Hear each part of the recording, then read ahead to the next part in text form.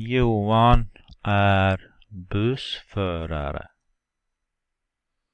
Han heter Johan. Han är 35 år gammal. Han bor i Stockholm.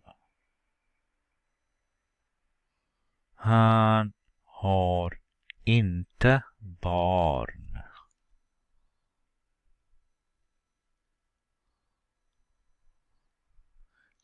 Johan arbetar som bussförare. Han arbetar 5 dagar.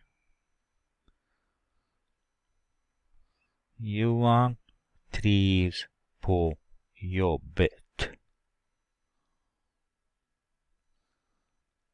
Han tycker om att köra buss.